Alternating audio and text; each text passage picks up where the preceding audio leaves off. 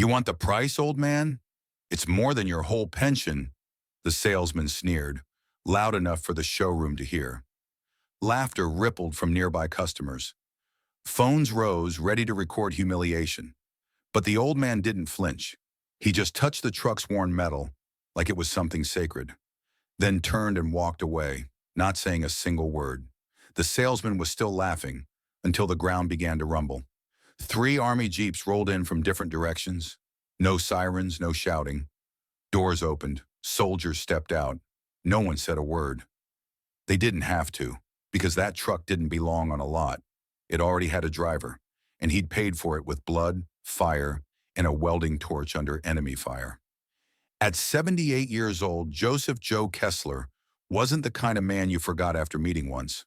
Tall and lean, with hands calloused by firewood and time, and a stare that had seen more war than most men had seen winters. He lived alone in a modest log cabin carved into the edge of the Sawtooth Range in central Idaho, a place where the mountains met the sky and silence was a second language. Joe had been up here for nearly 30 years, ever since his wife, Diane, passed away. The town folks in McCall still remembered her warm smile and the way Joe's shoulders had slumped at her funeral, like something inside him had folded in half. Since then, he'd kept mostly to himself, raising chickens, chopping wood, and tinkering with the same beat-up 1980 Chevy K20 that had carried him through every snowstorm since the Reagan years. But this year was different. October came early. The mountain air turned sharp before the leaves could finish falling. That first morning frost had been thicker than usual, clinging like a warning. And then, like the last breath of an old soldier, Joe's truck coughed one final time and gave out on the road near his woodpile. No tow truck would come that far into the hills. He didn't call one anyway. He knew what that meant. Without a working truck, he couldn't get supplies, couldn't haul logs, couldn't make the trip down the mountain for his monthly VA appointments. More than anything, it meant one bad snowstorm could seal him in for good. Joe didn't fear the cold. He'd slept in foxholes in the jungles of Quang Tri. But he respected winter. And winter in Idaho wasn't a season. It was a siege. So that Monday, Joe wiped the dirt off his boots, put on his old flannel shirt, and headed into town. Not to borrow, not to ask for help. Joe Kessler didn't do pity. He went with one purpose: find a truck that could carry him through one more winter. He just didn't expect it to be that truck. The town of Clearwater wasn't big, just a stretch of highway framed by gas stations, diners, and a coffee shop that changed owners every 2 years. But it had one thing Joe Kessler needed: Iron Ridge Motors. It was the kind of place you couldn't miss. New flagstone walls, neon signs, pop music blasting from hidden speakers, giant banners fluttering in the breeze promising no credit, no problem, and drive away today. The lot gleamed under a cloudless sky, rows of polished vehicles lined up like soldiers on parade. SUVs with more screens than storage. Lifted trucks too pretty to scratch. Sedans so sleek they looked afraid of gravel. Joe pulled his wool collar up and crossed the parking lot on foot. He hadn't driven in. That much was obvious to the man in the showroom, who barely looked up from his phone. No one walks to a dealership unless they're lost or broke, or in Joe's case, both things on the surface, and neither underneath. Joe looked like trouble if you didn't know better. His boots had seen better decades, the cracked leather repaired more than once with the same stubborn stitching he'd used on field gear back in Vietnam. His flannel was frayed at the cuffs and elbows, and the faded ball cap pulled low over his brow bore no logo, just sun-bleached canvas and familiarity. Around his wrist was the only thing that still ticked like it used to: a scratched military-issue Timex with a green canvas strap and a silent history strapped to it. He didn't speak to the first few salesmen that passed him. Let them whisper. Let them judge. He wasn't there for them. He moved through the rows with practiced patience, ignoring chrome grills and spotless rims, walking like a man who knew what not to trust. He passed a blue Tacoma with a lift kit, walked right by a Ford Raptor that looked more showroom than mud run. Joe wasn't hunting for horsepower or prestige.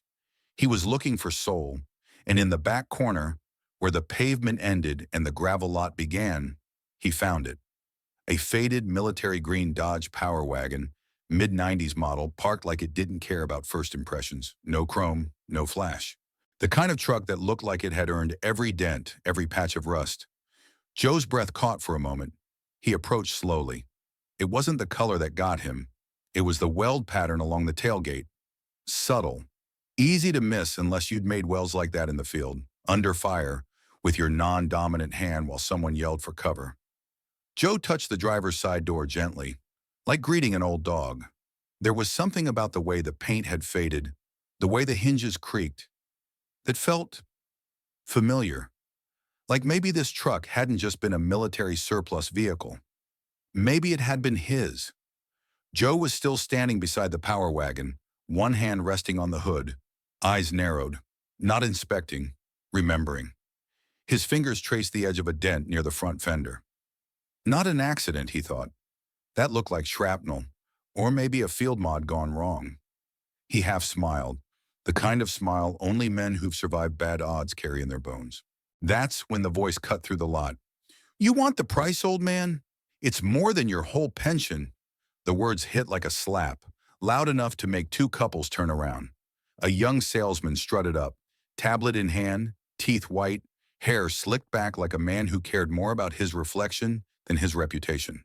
He laughed almost proudly, nodding toward the truck like it was a joke that had just written itself. Another chuckle rose from a nearby SUV. A kid barely out of high school pulled out his phone. You could feel it in the air, that cheap kind of energy people get when they think someone weaker is about to be embarrassed. They were waiting for Joe to sputter, to defend himself, to beg for a deal. But Joe didn't flinch, didn't move, didn't even look at the salesman. He just kept his hand on the truck, slid it slightly down the hood, like he was smoothing the years out of the metal. Like the laughter didn't reach him, because it didn't. Joe wasn't in that parking lot anymore. He was somewhere else, somewhere hotter, louder, dustier, a place where men didn't laugh at dents. They survived them. The salesman took a step back, a little thrown by the silence. "Well," he said, but the edge in his voice had started to dull. Still, Joe said nothing, just nodded once to the truck, like they shared a secret the kid could never understand. Then he turned and walked away. Joe lingered by the tailgate, running his fingers along the faint seam of old welds. Sloppy to the untrained eye, but to him, they were like fingerprints. Every jagged line told a story. And there it was, a particular crescent weld at the corner where the panel met the frame. He hadn't seen it in decades, but his hands remembered. A breath escaped him like a ghost from the jungle. "This was ours, Charlie 7, he murmured. It wasn't meant for anyone else to hear, just a whisper to the truck, or maybe to the ghost it carried.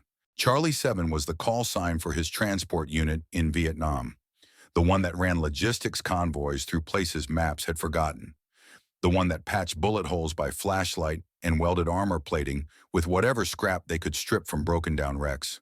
Back then, trucks didn't just move gear, they carried lives, and they had personalities. This one? She was a mule, ugly, loud, but loyal. Joe closed his eyes for half a second.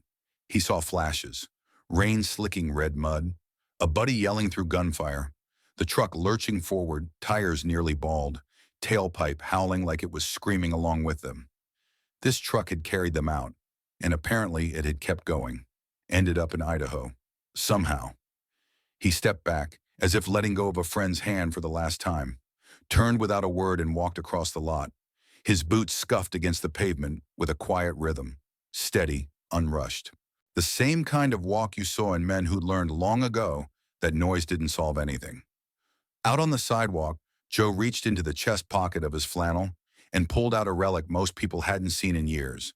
A battered old flip phone held together with duct tape and faith. He flipped it open with a pop, dialed from memory. It rang once, twice. Then a gruff voice picked up. "Yeah, Brenner," Joe said. "It's Kessler, from Charlie 7. A long pause. "No kidding. You still breathing, old man?" "Barely, but I found her." "Who?" "The power wagon, from Kandahar. Weld lines still there. Same patch job." Another pause. Then the voice sharpened. "Where are you?" Joe glanced over his shoulder at the shining lot, the salesman. The truck. Iron Ridge Motors, Clearwater. Bring the others. Then he closed the phone, slid it back into his pocket, and leaned against a rusted guardrail. The air was still, but something had shifted. Something was coming.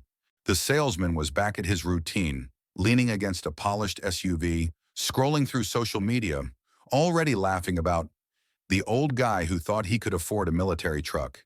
His smirk hadn't faded when the ground started to tremble. Not violently, just enough to be felt, like a low, steady heartbeat under the asphalt. The music playing over the loudspeakers cut through the afternoon air, something poppy and forgettable.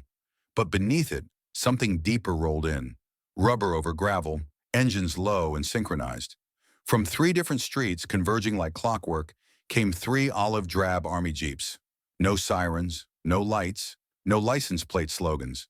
Just clean, well-maintained vehicles driven with a level of precision that made it clear. This wasn't casual. Customers on the lot stopped mid-sentence. One man froze halfway into a test drive. Another stepped out of a convertible, shielding his eyes. The sales team turned to look, and their rehearsed grins faltered. The Jeeps didn't park in random places. They executed a textbook containment pattern. One at the front of the lot, one to the rear. One slid along the side with a quiet hum and cut its engine. A soft thump as doors opened simultaneously. 6 soldiers stepped out. Their boots hit the pavement like punctuation. No shouting, no weapons raised, just presence. They wore crisp uniforms, name tapes visible, posture squared. The sun hit the edge of their sunglasses, but their expressions stayed unreadable. And one of them, broad-shouldered, square-jawed, moving like a man who'd spent more nights in combat zones than on couches, walked straight toward the power wagon. Staff Sergeant Brenner. He didn't hesitate, didn't ask permission. He approached the truck with the reverence of a soldier returning to a battlefield grave. His gloved hand brushed the well line near the tailgate. He tilted his head slightly and nodded, as if confirming what he already knew. The young salesman jogged toward him, the swagger now shaken. "Excuse me, sir, is there a problem? Is this a repo thing?" Brenner didn't even look at him at first. Then he turned slowly. "That truck's not for sale," he said, voice low but sharp. "It's returning home." The salesman blinked, confused. "What?" "You're standing in front of a vehicle that carried wounded through hostile fire in Kandahar, reinforced in the field, welded by a man who bled while he worked." The kid took a step back. "We don't need a receipt. We've got the welds." All around them, people had stopped moving. Even the loudspeakers had gone quiet, as if the entire dealership was holding its breath. No one else said a word, because they didn't have to. Something sacred had entered the space, and everyone felt it. The young salesman stood there, frozen between pride and panic. His hands twitched, still gripping his digital tablet like it could somehow shield him from what was unfolding. Around him, the lot had gone silent, like a stage between scenes. The only sound was the ticking of a nearby SUV's engine cooling in the heat. One of the soldiers, tall, younger, maybe mid-20s, stepped forward. He held a single sheet of folded paper, creased and worn, like it had been carried in a wallet for years. He offered it to the salesman without flourish, without drama. "What's this?" the salesman asked, voice shaky. "Read it," the soldier replied. The salesman unfolded the paper. His eyes scanned the list, first with confusion, then with disbelief. Bronze Star, awarded for acts of heroism under combat conditions.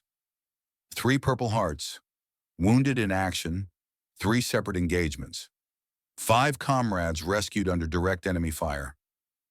212 consecutive days in combat zones without rotation. 1 truck, this truck, driven into an ambush to extract a pinned-down squad. His lips moved silently, trying to take it in. This is a service record." "No," Staff Sergeant Brenner said, stepping closer. "That's a receipt." The soldier's voice didn't rise. It didn't need to.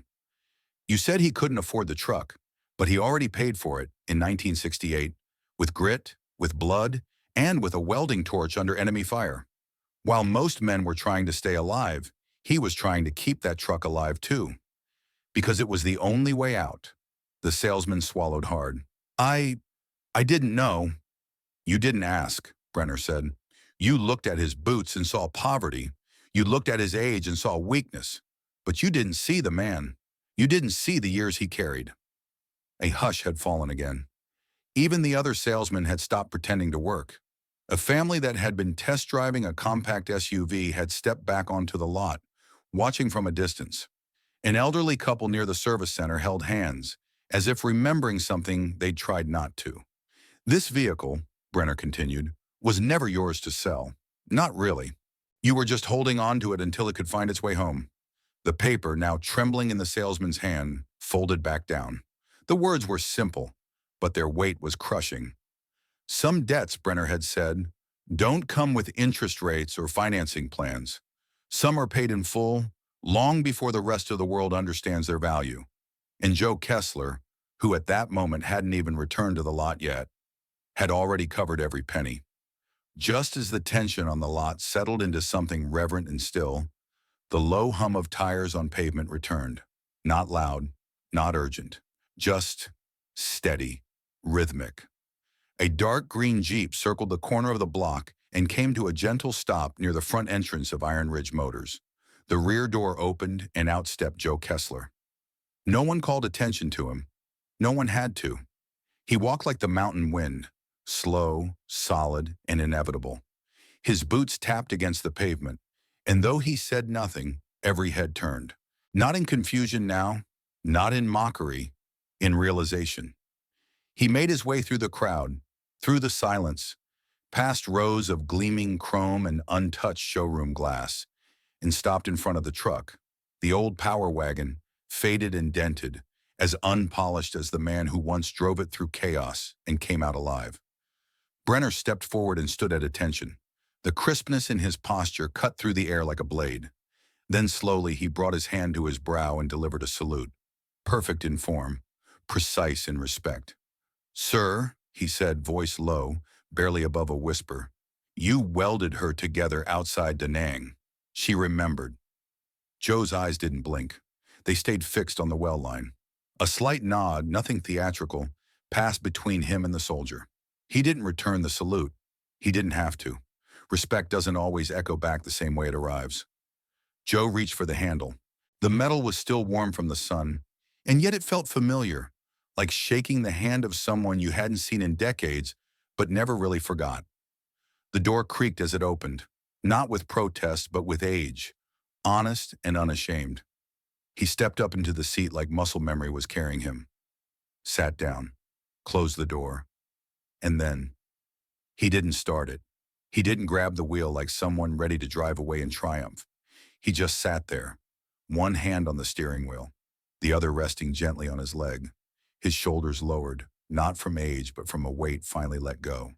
Outside, no one moved. Even the wind seemed to pause. Inside that old truck cab, the air was still, the past humming faintly in the dashboard.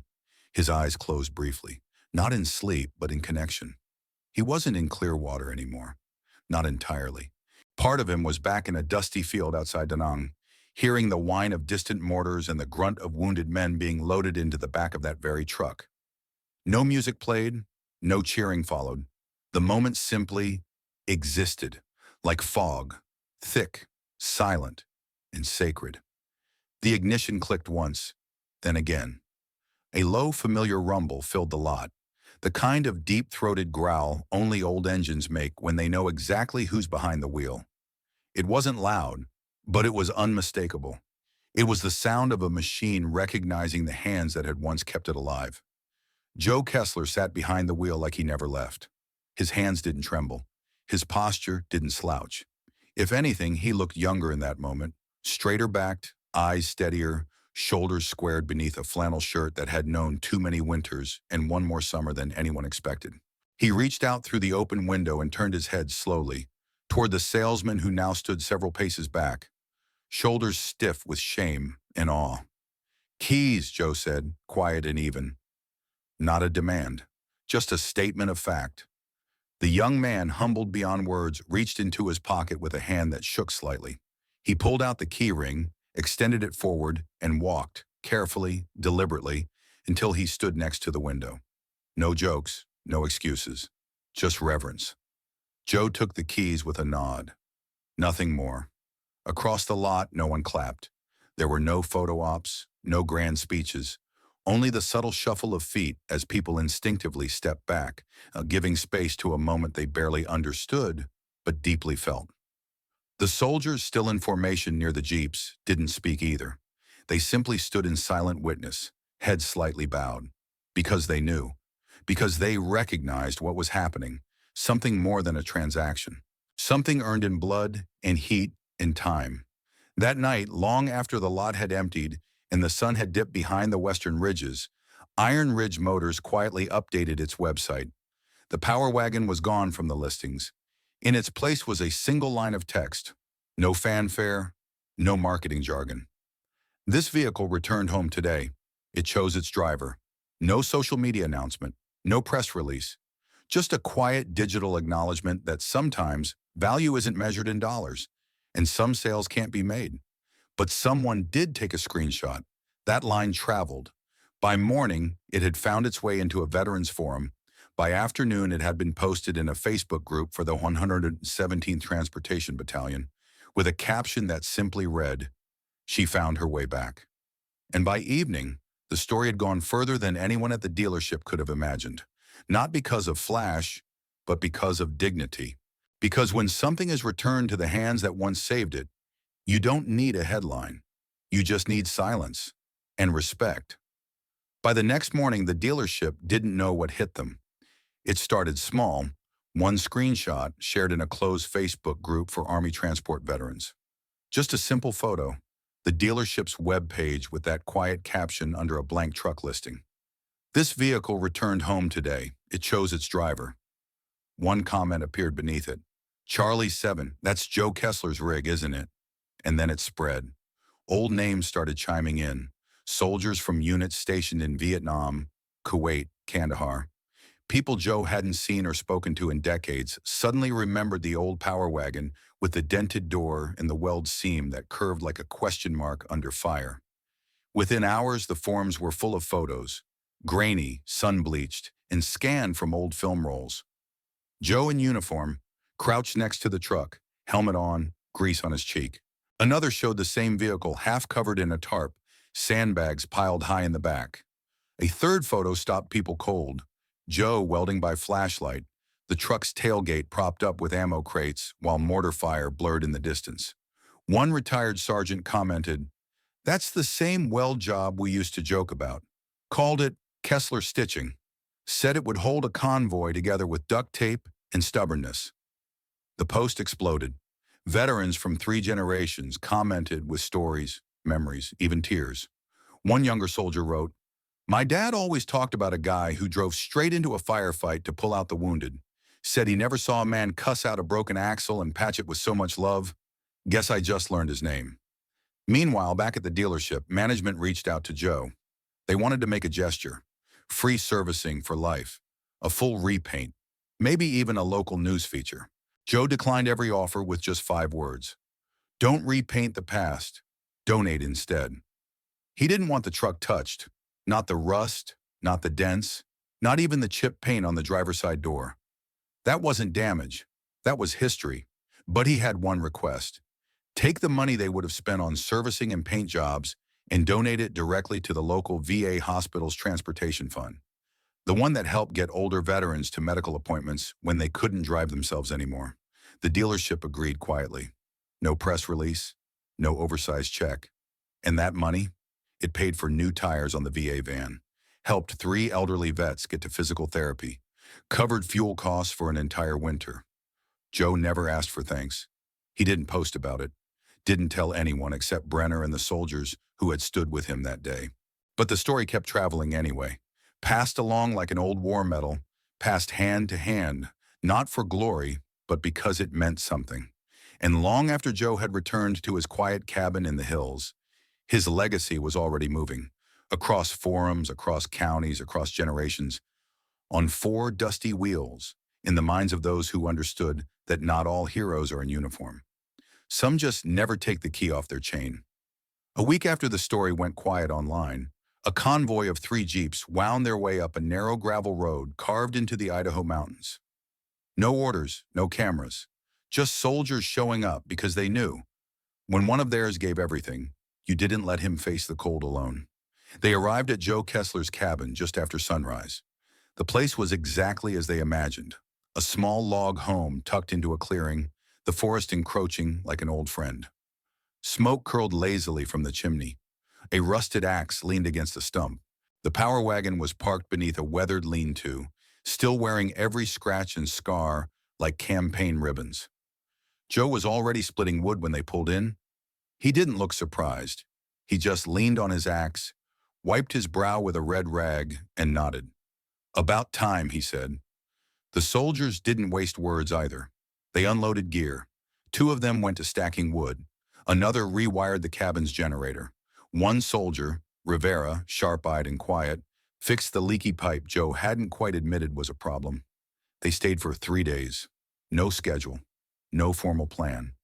Just work by day and stories by night. Evenings were spent on the porch, passing a dented thermos filled with black coffee or something stronger, watching the sun dip behind the ridgeline. Sometimes they talked about the war. More often they didn't. They just sat in silence that felt more honest than words. One morning, as frost edged the pines and the cabin's tin roof began to creak in the sun, Joe stepped outside and found something taped to the back of the power wagon. A simple piece of cardboard, written in thick black marker. "This truck doesn't run on gas. It runs on memory." There was no signature, no explanation. Joe didn't ask. He didn't take it down either, not even when rain came. He sealed the edges in clear tape, nailed it gently to the wood plank above the bumper, and let it live there, weathered like everything else he respected. That truck had become more than a machine. It was a monument now, a living memory on 4 wheels. In town, when Joe drove it down for supplies, people nodded, not out of pity or praise, but with the kind of recognition that passes between those who know. And back at the cabin, the soldiers promised they'd be back before the snow fell too deep. Not because Joe needed help, but because you don't let your brothers face the cold alone. And when they drove away, the sign still flapped gently in the breeze behind the power wagon. Joe stood beside it for a while, hand resting on the truck bed, just listening. Because some engines speak louder when they're not running. 6 months later, the mountains were quiet. It was late spring when Joe Kessler passed. No storm, no struggle. Just one more sunrise he didn't rise for. They found him in his bed, flannel shirt folded neatly on the chair beside him. Boots at the door, the power wagon parked just at where it always was, facing east. The medical examiner said it was peaceful. His hands were still strong, his back still straight. His heart, they said, had simply completed its mission. Word reached Staff Sergeant Brenner within the day. And just like before, no orders were issued, no press release followed. But 3 Army jeeps rolled through Clearwater once more, just as they had before. Quiet, deliberate, precise. The same formation, the same silence. No sirens, no horns. Just gravel under tires and the weight of remembrance. They parked just outside the cemetery gates, forming that familiar triangle of presence. Then, one by one, the soldiers stepped out. Some of them younger now, others the same who had stood with Joe half a year before. At the head of the small service, there were no eulogies read aloud, no list of medals, no recounting of war stories. Joe wouldn't have wanted that. Instead, they let the wind carry the weight. The pine trees rustled faintly. The flag above the cemetery's entrance flapped softly in rhythm with the breeze. One soldier approached the power wagon, parked next to the flagpole, still unwashed, still proudly scarred. He opened the glove box and gently placed a single item inside. Joe's original dog tag, its edges worn from decades of movement, its chain wrapped neatly. Another soldier stepped forward and laid a folded flag across the hood. Not draped carelessly, but offered. Like one soldier offering respect to another story. And then they stood still. For 1 minute and 17 seconds. 1 second for every mission Joe's unit had logged in country. No words, no movement. Just a silence so complete it pressed against the heart. A final salute not of rank, but of worth. Because Joe Kessler didn't die with fanfare. He died with dignity. And for men like him, that's more than enough. Joe Kessler didn't have much family left. No children, no wife, just a nephew named Daniel who remembered visiting the mountain cabin once as a boy. The smell of wood smoke and black coffee lingering longer than any conversation they ever had. Daniel didn't pretend to understand his uncle's life. But when he stood beside that battered power wagon after the funeral, hand on the weather-worn fender, he understood one thing clearly. This wasn't just a truck. It was a story on wheels. A few weeks later, Daniel met with the director of the County War Museum, an old brick building tucked behind the courthouse, run mostly by volunteers and funded by donations. He didn't bring a press kit or speech, just keys, Joe's dog tags, and a simple request. Keep it how it was. Don't shine it up. They agreed, and so the truck was moved, gently, without fanfare, into the museum's newly expanded Veterans exhibit. Not on a platform, not behind ropes, but parked on a stretch of dirt and gravel they brought in special to make it feel like it had just rolled off a trail. The power wagon remained unpolished, its dents and rust left untouched. The cabin still smelled faintly of pine wood, diesel, and something older. Sweat, smoke, and stubbornness. Joe's thermos sat in the cup holder. A pair of leather gloves rested on the seat. In the glove box, his dog tag, his VA appointment card, and a folded napkin with an oil-stained note scribbled in his handwriting. Check left tire, slow leak. Still climbs, though. Visitors came, veterans lingered, children pointed and asked questions their parents couldn't always answer. And that was the point. It wasn't just a vehicle, it was a lesson in silence, service, and the weight of memory. One museum volunteer, a Marine vet himself, put up a small sign beside it. This truck drove through hell and back home again. It waited for one driver, and he found his way back. And every so often, a kid would lean close to the bumper and smile at the faded cardboard still taped above it. It runs on memory. And somehow it still did. Back at Iron Ridge Motors, the space where the power wagon once sat remained empty for weeks. No one dared park there. The gravel patch at the far end of the lot, where no banners hung, where no flags waved, held a kind of quiet weight. And then, one morning just before Memorial Day, a bench appeared. Simple, wooden, olive drab, no brass plaque, no inscription. Just one handwritten line burned into the wood near the edge of the seat. Some men don't test drive. They carried the keys long before we priced them. It wasn't installed by the dealership manager, not by marketing. It was the young salesman, the same one who once laughed too loud and looked too little, who now arrived early on Memorial Day morning, alone in jeans and a plain gray t-shirt, and brought a paintbrush and a can of Army Green. He didn't ask for help. He didn't take photos. He just sat for a moment, then repainted the bench with slow, careful strokes, like penance, or maybe reverence. And when he was done, he sat down for a minute more, wiped his hands with a rag, and left without a word. He came back again on Veterans Day. And the next year after that, no media ever picked up the story. No influencers came calling. But sometimes an old veteran would stop by, sit on that bench, and stare at the space where the truck once waited. They'd nod to themselves. Because some transformations aren't loud. Some legacies don't shine. They endure quietly, in wood, in gravel, and in men who remember. Joe Kessler's story isn't just about a truck. It's about how we see people, and how easily we forget what they've carried. In today's world, we move fast. We scroll past faces, rush past stories, and judge worth by polish and price tags. But dignity doesn't wear labels, and service doesn't always come in uniforms. Sometimes it walks into a dealership in worn-out boots and a flannel shirt, carrying the weight of a war we barely remember. Joe didn't ask for attention. He didn't demand recognition.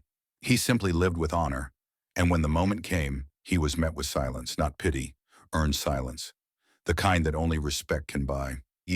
So here's the question for you. How many Joes have we walked past without noticing? How many stories have we overlooked because someone didn't look the part? If this story moved you, share a time when someone surprised you with quiet strength.